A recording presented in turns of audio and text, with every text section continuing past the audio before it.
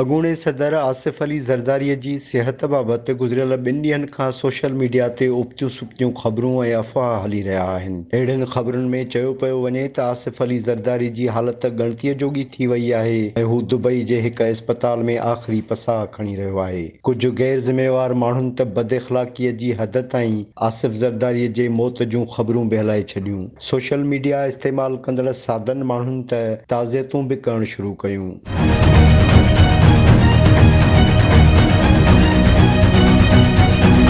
आसिफ ज़रदारीअ जी सिहत बाबति अहिड़ियुनि उबतियुनि सुबतियुनि ख़बरुनि खे हथी उन वक़्तु मिली जॾहिं पीपुल्स पार्टी जे मुख़्तलिफ़ अॻुवाननि पारां आसिफ ज़रदारीअ जे सिहतयाबी लाइ अवाम खे दुआउनि जूं अपीलूं कयूं वयूं। सखर में पीपी अॻुवान इस्लामुद्दीन शेख पारां क़ुरान ख़्वानी बि कराई वई। सोशल मीडिया खां पोइ रहियल कसर वॾनि न्यूज़ टीवी चैनल्स पूरी करे छॾी। ख़बरुनि में चयो वियो त आसिफ ज़रदारी जी दुबई में का सर्जरी थी रही आहे ऐं बिलावल भुट्टो ज़रदारी, फरियाल टालपुर, शर्जील मेमुन, सुहेल अनवर सियाल, डॉक्टर आसिम ऐं ॿिया दुबई निकिरी विया आहिनि। आसिफ ज़रदारीअ जी सिहत बाबति सभ खां वधीक गुमराह कंदड़ उहा तस्वीर इस्तेमालु कई वई जंहिंमें सिंध जो वॾो वज़ीर मुराद अली शाह काज़ी हफ़ीज़ जी इस्पताल में अयादत कंदे नज़र अची रहियो आहे। सोशल मीडिया ते काज़ी हफ़ीज़ खे आसिफ ज़रदारी करार ॾींदे चयो वियो त आसिफ ज़रदारी लाॾाणो करे चुको आहे या लाॾाणो करण वारो आहे।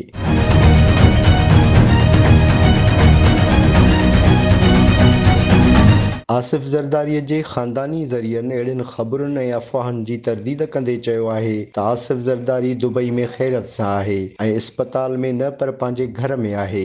आसिफ ज़रदारीअ जी का बि सर्जरी न थी आहे। हुन इस्पताल मां पंहिंजो रुगो मामूल जो चेकअप करायो हो। आसिफ ज़रदारीअ समेत कंहिं बि अॻुवान जी सिहत जे बारे में अहिड़ा अफ़वाह पखेड़णु हिकु ग़ैर इख़लाक़ी ऐं मुज़म्मत जोॻो अमल आहे।